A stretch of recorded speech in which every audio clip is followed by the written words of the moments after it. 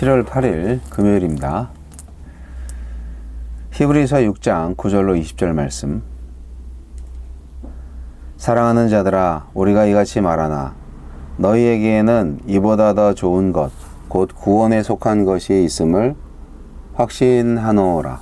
하나님은 불의하지 아니하사 너희 행위와 그의 이름을 위하여 나타낸 사랑으로 이미 성도를 섬긴 것과 이제도 섬기고 있는 것을 잊어버리지 아니하시느니라. 우리가 간절히 원하는 것은 너희 각 사람이 동일한 부지런함을 나타내어 끝까지 소망의 풍성함에 이르러 게으르지 아니하고 믿음과 오래 참음으로 말미암아 약속들을 기업으로 받는 자들을 본받는 자 되게 하려는 것이니라. 하나님이 아브라함에게 약속하실 때 가리켜 맹세할 자가 자기보다 더 큰 이가 없으므로 자기를 가리켜 맹세하여 이르시되 내가 반드시 너에게 복주고 복주며 너를 번성하게 하고 번성하게 하리라 하셨더니 그가 이같이 오래 참아 약속을 받았느니라. 사람들은 자기보다 더 큰 자를 가리켜 맹세하나니 맹세는 그들이 다투는 모든 일의 최후 확정이니라. 하나님은 약속을 기업으로 받는 자들에게 그 뜻이 변하지 아니함을 충분히 나타내시려고 그 일을 맹세로 보증하셨나니 이는 하나님이 거짓말을 하실 수 없는 이 두 가지 변하지 못할 사실로 말미암아 앞에 있는 소망을 얻으려고 피난처를 찾은 우리에게 큰 안위를 받게 하려 하심이라. 우리가 이 소망을 가지고 있는 것은 영혼의 닷 같아서 튼튼하고 견고하여 휘장 안에 들어가나니 그리로 앞서가신 예수께서 멜기세덱의 반차를 따라 영원히 대제사장이 되어 우리를 위하여 들어가셨느니라. 튼튼하고 견고한 영혼의 닷, 소망. 히브리서 저자는 수신자들이 보인 사랑을 근거로 그들의 구원을 확신하며 그들의 믿음과 인내를 견지하도록 하나님의 약속과 그리스도인의 확실한 소망을 설명합니다. 하나님은 어떤 분입니까? 하나님은 우리의 연약한 믿음을 자신의 강력한 맹세로 붙드십니다. 하나님은 아브라함에게 이미 복을 약속하셨지만 맹세로 그 약속을 다시 한번 보증하셨습니다. 거짓말을 하실 수 없기에 약속만으로 충분했지만 그런 하나님이 맹세까지 하신 데는 고향을 떠나 하나님을 피난처로 삼은 아브라함을 안심시키고 위로하려는 목적이 있었습니다. 하나님은 우리가 소망을 향해 가는 동안 흔들릴 수 있음을 아시고 약속과 맹세의 말씀으로 우리를 붙드십니다. 예수님은 소망의 닻이십니다. 스스로 닻이 되셔서 결코 끊어지지 않는 견고한 사랑의 줄로 우리와 자신을 묶으셨고 하나님이 계신 하늘 성소로 들어가셔서 우리를 하나님께 고정하셨습니다. 예수님 덕에 우리는 어떤 세파에도 하나님을 벗어나 표류하지 않게 되었습니다. 그리고 모든 세파가 그치는 날 우리는 예수님께 묶여서 하나님 앞에 안전하게 정박해 있는 우리 자신을 발견할 것입니다. 우리에게 주시는 교훈은 무엇입니까? 성도를 향한 사랑과 섬김은 구원받았다는 확실한 표지입니다. 심각하게 배교를 경고했던 저자는 분위기를 바꿔서 수신자들은 구원받은 사람이라고 수신자들은 구원받은 사람이 확실하다고 말했습니다.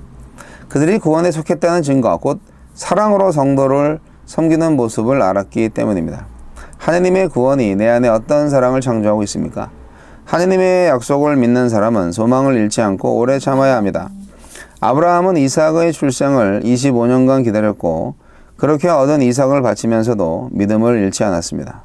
비록 생전에 약속이 완전히 성취되는 것을 보진 못했지만 그의 인내는 헛되지 않았습니다. 하나님의 약속대로 그는 큰 민족의 조상이 되었고 그의 후손으로 오신 예수님을 통해 모든 민족이 복을 받게 되었습니다. 현실은 하나님의 약속이 이루어질 것처럼 보이지 않더라도 믿음과 인내로 성취의 날을 기다리십시다. 바랄 수 없는 중에 바라고 믿는 사람이 진정한 아브라함의 후손입니다.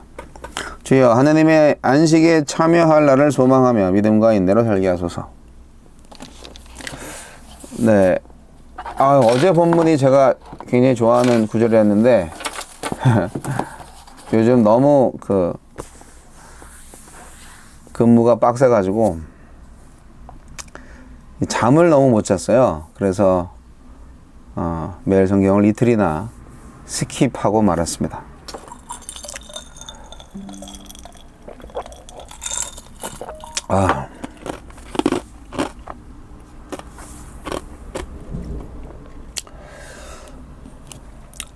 하나님께서 노동의 기도를 주신 거는 감사한데, 기도도 너무 열심히 하다 보면 피로가 약간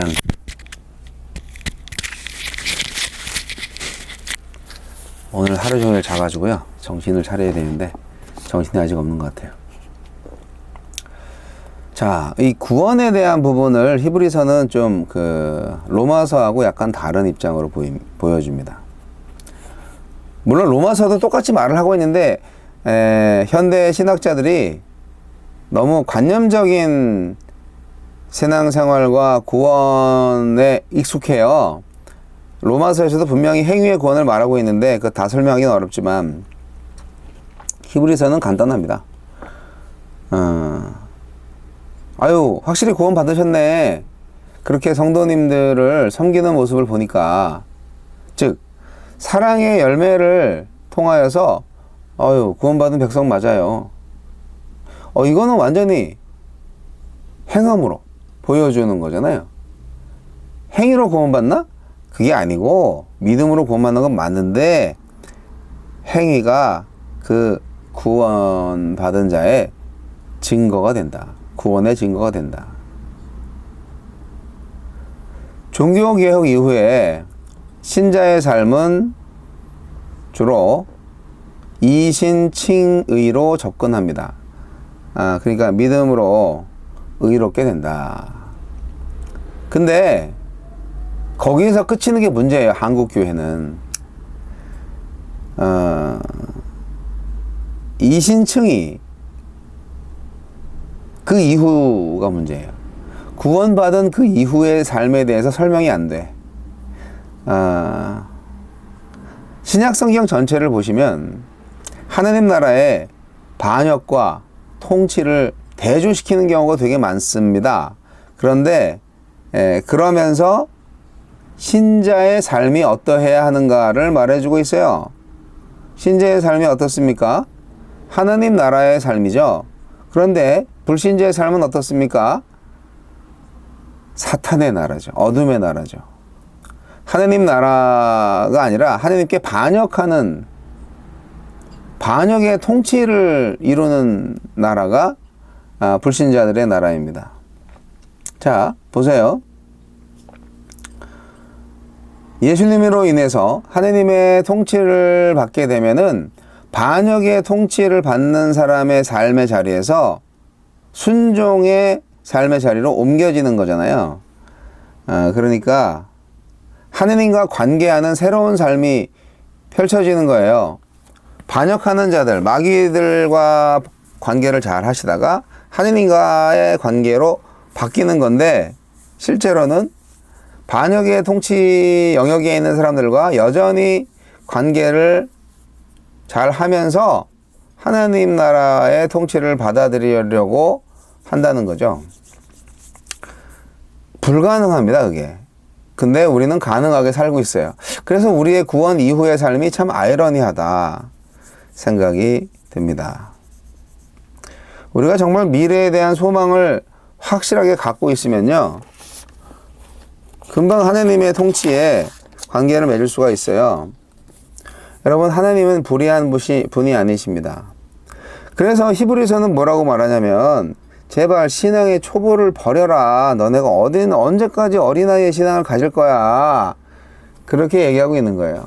신앙의 초보를 버리라는 말씀은 굉장히 중요합니다. 그래서 어제 본문을 제가 봤어야 되는데 오늘 근무 갔다 와서 나머지 것들을 다시 보충하도록 하는 방향으로 제가 생각 중입니다. 7월 7일자 본문이 히브리서 5장 11절 6장 8절까지 내용이 있는데, 그게 완전한 대로 나아가라는 제목이었잖아요. 그러니까 신앙의 초보에 머물러 있는 것이 상당히 기독교인으로서 많은 사람들한테 오해를 불러일으킵니다. 신자 맞아? 이렇게. 근데 우리가 초보 신자의 형태가 너무 오래 가요. 지금 히브리서를 받는 성도들은 믿는 성도들이니까 다행이야. 그런데 신앙의 초보자들이라 좀 염려가 되긴 해. 예, 이런 상태인 거죠. 뭐 우리들의 상태나 비슷하지 않나요? 여러분, 하지만 다 됐다고 생각해서 방심하지 말라는 말씀을 하시는 거예요. 안심하지 말어. 부지런히 신앙생활 하셔가지고 끝까지 소망을 이루도록 해. 이런 것이 히브리서 저자의 말씀입니다. 하나님 나라의 기업을 받은 선배들을 본받아라. 그렇게 오늘 권면하고 있죠.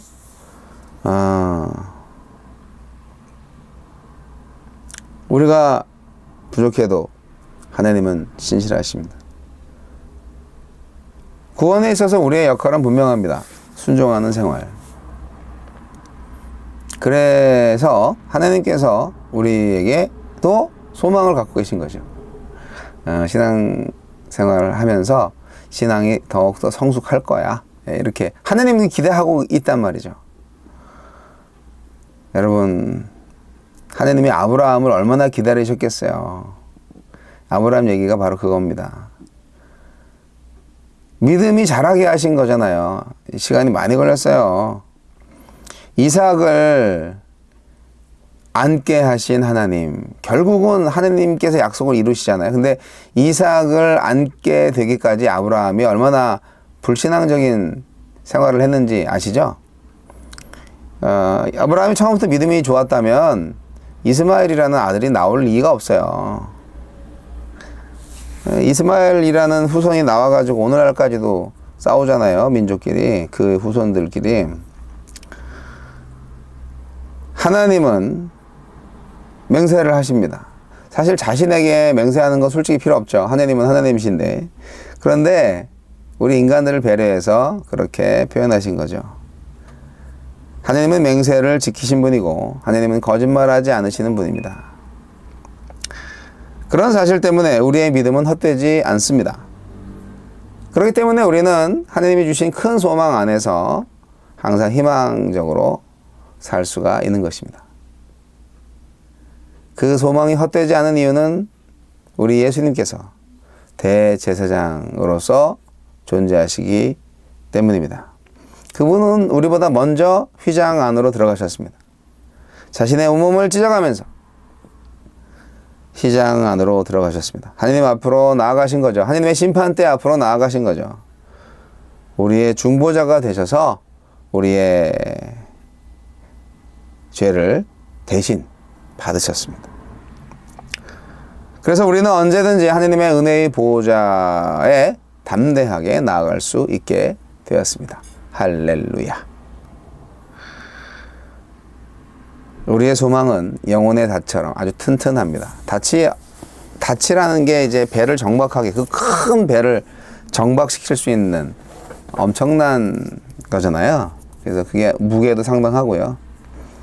그것에 비유하고 있습니다. 아무리 폭풍이 몰아쳐도 든든하게 닻을 내린 항구에 정박한 배가 안전하듯이 우리의 신앙도 예수님 때문에 안전하다 하는 말씀을 오늘 드리고 있습니다. 여러분 어떤 소망을 갖고 사시나요? 네, 어떤 소망을? 하루에 트럭 운송을 5건 하면은 매출 70만 원을 얻는다? 그 소망으로 사는 제가 아닙니다.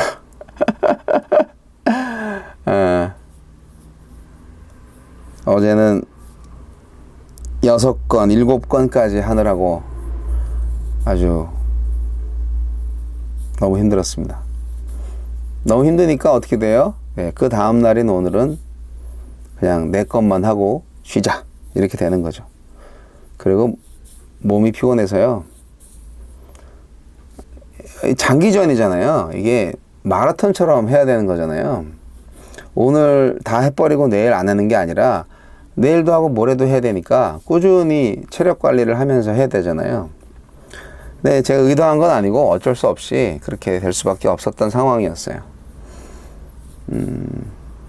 4시에 짐을 가져갔는데 한 시간 정도 뭐 한두 시간 기다릴 수 있죠. 1시간 정도 기다릴 수 있어요. 보통 30분 정도 기다리다가 짐을 하차하고 그러는데, 아니 2시간이 되도록 2시간 반이 되도록 전화가 안 오고 대기를 시키니까 너무 힘들더라고요. 그래서 다시 접수처에 가봤더니, 아니 하차 시간 예약이 9시 반으로 되어 있지 않습니까? 그러면서 오히려 나를 이상하게 쳐다보는 거예요. 오 마이 갓. 아니 4시에 와가지고 9시 반까지 기다려요? 그럴 줄 알았으면 내가 이 짐을 받지 않았지. 그런데 그 운송장을 처음에 받았을 때 확인했어야 되는 건데, 그러면 다시 짐 다 내리세요. 이 짐 못 받겠어요. 그렇게 했겠죠. 근데 대부분 맨 처음에 이 주선을 받을 때 주선사 입장에서 이제 운송차를 배정을 하실 때 그런 것을 못 보거나 아니면 그 사실이 안 나와 있었던 거죠. 주선사도 아주 황당해 하더라고요. 저 말고도 2대의 트럭이 같이 묶여 있다, 이런 상황이다. 그래서 그게 쿠팡의 갑질이다, 그렇게 또 핑계를 대시던데, 정말 누가 잘못한 건지 모르겠지만 하여간 일선에 있는 트럭 기사들은 바로 하차할 줄 알고 갔더니 5시간 이후에 하차하는 걸로 되어 있다는 것을 나중에 알게 돼서 참 힘들었어요. 그러다 보니까 잠잘 시간을 놓친 거죠. 그래서 그 다음날 바로 집에도 안 들어오고 출근을 했죠. 그리고 이제 제가 원래 밤에 일하잖아요, 계속. 그리고 밤에 이제 4건을 뛰니까 그 다음 못 하겠더라고요. 그래서 오늘은 푹 잠만 자고 이제 또 출근하러 나가는데, 자, 소망이 있습니다. 월 매출이 소망이 아니라 이러한 노동의 기도를 꾸준히 하는 저에게 함께 하시며 위로하시고 사랑으로 품으시는 목자 예수님을 소망으로 갖고 삽니다. 하나님은 저에게 참 다양한 경험을 주셨고, 특별히 노동의 기도의 의미를 알게 하셨습니다. 트럭 운송은요, 일하는 만큼 나오는 거예요. 다른 꼼수가 없어요.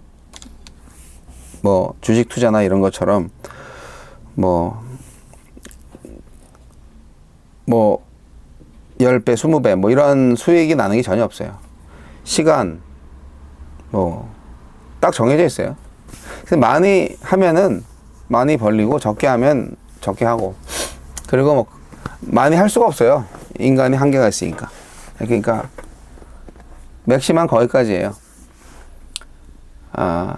노동 현장이 길바닥이죠. 운전석이죠. 네, 그곳에서 노동을 하는 건데 쉽진 않지만 그 현장에 하느님이 함께 하시고, 그리고 그러면서 그 물류 산업에 있는 사람들의 모습을 보면서 하나님도 이들을 보면서 참 사랑의 눈으로 보시겠구나, 그거를 알게 돼요. 새벽 3시에 나와서 이렇게 고생하는 사람들, 다 먹고 살고자 하는 건데 부득불 남들 다 자고 있는데 그 새벽에 나와서 정말 땀이 뒤범벅으로. 우리나라 물류센터는 에어컨도 없고 히터도 없어요. 열악하죠. 그런 데서 고생하시고, 그래서 우리 소비자들 입장에서는 오늘 주문해서 내일 물건을 받는 그런 하루 배송 서비스를 받을 수 있는 그런 세상이 됐죠. 편리한 세상일 수도 있지만 그 누군가는 그 편리한 세상을 위해서 또 그렇게 일하고 있다. 그거를 보니까 그 전체를 보시는 하나님의 눈을 저도 조금 갖게 되는 것 같아서, 인류를 사랑하시는 하나님의 마음은 어떨까, 그런 생각을 또 하게 되었습니다. 여러분, 예수만이 소망입니다. 예수만 바라보시고 구원 이후에 더 열심히 신앙생활을 통하여서 하느님의 나라의 통치를 온전히 받아 누리는 신자의 삶을 살아가시기 바랍니다.